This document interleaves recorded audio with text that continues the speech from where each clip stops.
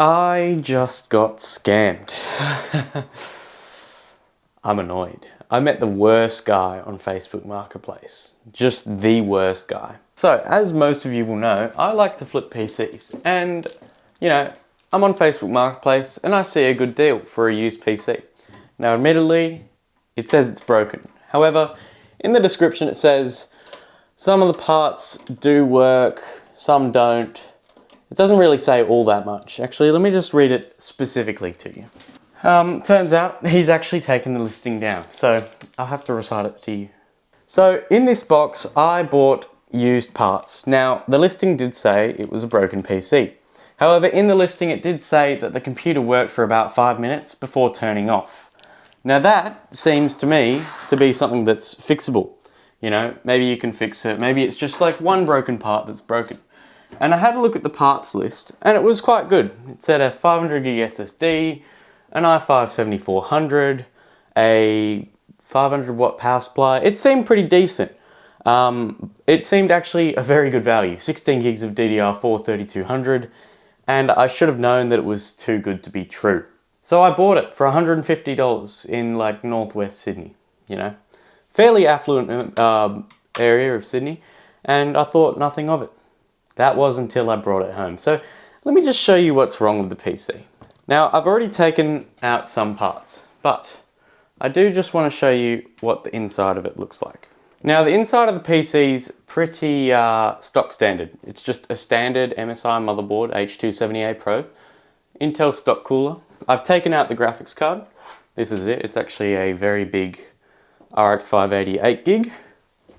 Came with 16 gigs of G.Skill RAM. As you can see, there's something fishy going on there with the amount of thermal paste on that. This one's alright, but I'll get to that later. And a 500 gig SSD, which I've already taken out and I will show you in a minute. Also, the power supply is just a simple Master Watt Lite 500 watt. Now, at first glance, it seems alright, nothing too bad. Until you decide you want to take off the CPU cooler. I don't know if you can see the socket, but I'll show you that in a minute. This CPU has a crack on the corner of it. I don't know if you can see that. There is a crack. Do you see that? Just there. Now this crack is quite bad because, as you can see, you can actually bend it. So the CPU itself is dead. Then we look at the motherboard and its pins, and I don't know if you can see it, it's a bit hard to tell. I'll probably just put a photo on screen. But there's some bent CPU pins right there. Now, that's okay, because, it's not too sus, Some CPU pins could have just been bent. But the fact that there's both a cracked CPU and some bent pins on a motherboard is quite ridiculous to me. But let's just give them the benefit of the doubt. Let's look at the RAM. So as you can see on this stick, it seems pretty alright, until you realize at the top. Do you see that gap there? There's a little gap there. And you can see right through the heat spreader. You can see my finger as it passes through the heat spreader. Okay? So it seems that this stick of RAM had its heat spreader taken off in the past. Now this stick of RAM, I've actually confirmed that it does work, so that's alright. But there's another sus thing about it. Now I don't know if you can see that, but this one is dated to February 2018. This stick, however, is dated to March 2018. They also have different serial numbers, so it's not from the same kit of RAM. Instead, it's two different kits, which means that this was put together intentionally. Now, I also have a 2.5-inch hard drive. Now, you might be asking, why on earth is there a 2.5-inch hard drive in a big tower computer? That's because the PC was constructed intentionally. Now, I'll get to that point soon. And then there's the SSD, a 500 gig Crucial SSD. Seems fine, seems completely normal, until you plug it in and you find out it doesn't work at all. It's completely dead. So yeah, I got scammed. Now, the RX 580 does, in theory, work. Now, I've only tested it on a Ryzen 5 1500X system, playing a very basic game because I was testing out Linux. And yeah, it works. It doesn't seem to have any issues. So I'm not sure why the RX 580 works and why it's an 8GB model that works. So maybe there might be some cost that can be salvaged. Now, it did also come with a Wi-Fi antenna. Not sure if that works or not yet, but it probably is quite a cheap model. So yeah, I got scammed. So how did we get here? I should have known in the first place that he was going to scam me because looking at his profile, he flips PCs. Now, this isn't itself an issue. However, if you look at his PCs, he relies on these sorts of parts. An i5-7400 for most builds, an RX 580 or a similar level of GPU, and a nice fish tank design case. My theory is that this GPU just wouldn't fit in the cases that he's been using, or it wouldn't fit properly, or wouldn't hold and support properly. So maybe that's why he got rid of this one. It actually seems in quite good condition, and of course it's an ROG Strix model, so it's quite a high-end option. But yeah, I got scammed. I spoke to him, and when I was messaging him, he said, "Are you aware this PC is not in working condition?" Now, obviously, his description said that it turns on for 5 minutes, then turns off. I'm not sure what's wrong. But he lied, obviously, because all that happens when you turn it on is it flashes white on the motherboard LED and then just keeps flashing. It just keeps looping, doesn't turn on at all, so he lied. He definitely lied. With that being said, let's see if there's a chance that I can fix it. Because maybe I can, you know? And then I can actually get some life out of it. Because if I can fix that bent pin on the motherboard, there might be a chance that I can salvage it. Or this CPU might actually work with another motherboard, even though it's got a crack on it. I'm not entirely sure if it's the issue itself or if it is the motherboard. Alright, now first things first, I'm actually going to take this motherboard out of the case so I can actually get a better look at what's going on with the damaged and bent pin in the motherboard.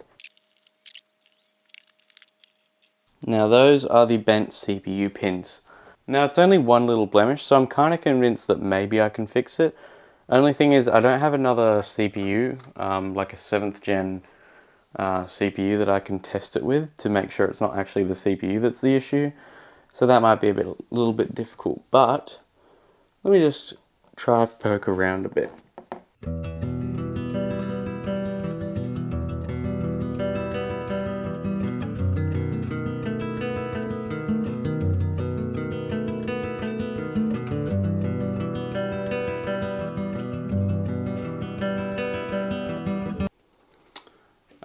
This is actually not savable because the actual pin itself has pushed back into itself in the socket. So yeah, motherboard's definitely dead. CPU I'm going to assume is dead. It's not worth me going out and buying another motherboard to test it. Yeah, so that's annoying. So 2 components are completely dead so far. So yeah, let's try something else. But then this happened. You can eat my ass cheeks, Nathaniel. Oh my god. I managed to fix it. Oh my god. So, I managed to get it to work. Partly. I don't know, I haven't really tested it properly. So, how exactly did I do it? Well, I was kind of just tinkering around, right? And I played with the CPU pins. And I bent that one back in. And you know how some CPU pins like don't always need to be used? Like they're backup pins? Well, it must have just happened to have been a backup pin, and now it seems to be working. Woo! That's some good stuff right there. Hopefully all the functions work, but yeah. Okay, well, this is definitely salvageable then. So I'm very happy, actually. Maybe I didn't get as bad of a deal as I thought. I mean, obviously, he intended for it to be broken. He knew that there was a broken pin and that the CPU was broken, because of course he would. Like, this guy's not new to PC building. But hey, I'm profiting from his loss. And yeah, I'm quite happy. So yeah, this RAM stick, 100% dead because I just tried it with, you know, the motherboard and the CPU. It's gone. So I might just make a keychain from that or something. But otherwise, I reckon this is salvageable for just a very cheap build. Cool. And then I went on to test the GPU and the SSD. This system contains a Ryzen 5 1500X, which is a first gen Ryzen CPU, which is quite interesting. Nothing too much to be said about that, pretty stock standard, but it's definitely on the older side, so I don't know if it's going to be able to run the RX 580 without bottlenecking it.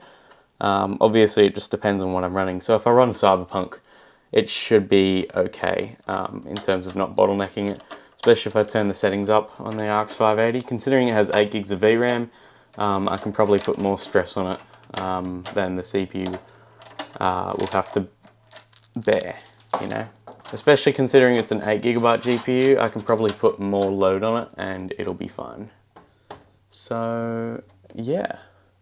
Sometimes Linux is a bit funny when you're loading in, and it doesn't always process it. So hopefully, it will turn on all good.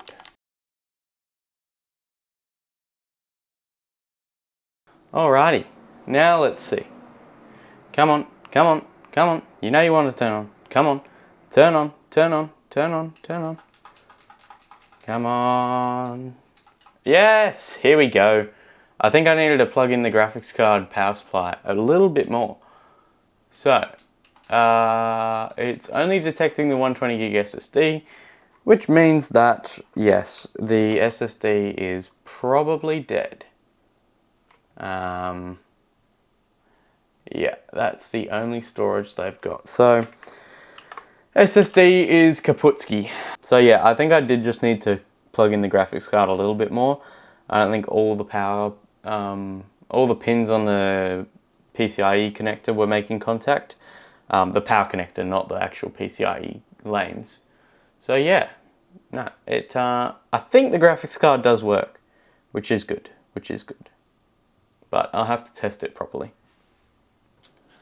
I'm definitely going to make a video on Linux soon because it's quite interesting to me in terms of the software. So yeah, I definitely want to investigate that. So subscribe if you like that. And that's actually going to do it for this video. This video has gone on way too long already, so I'm going to put it in a part 2. So stay tuned for the channel. If you like this video, please give it a like, subscribe, do all the usual stuff. And yeah, let's see if we can make a profit on selling a broken gaming PC that I got scammed on. So yeah, as always, I'm TechBiz and I'm out.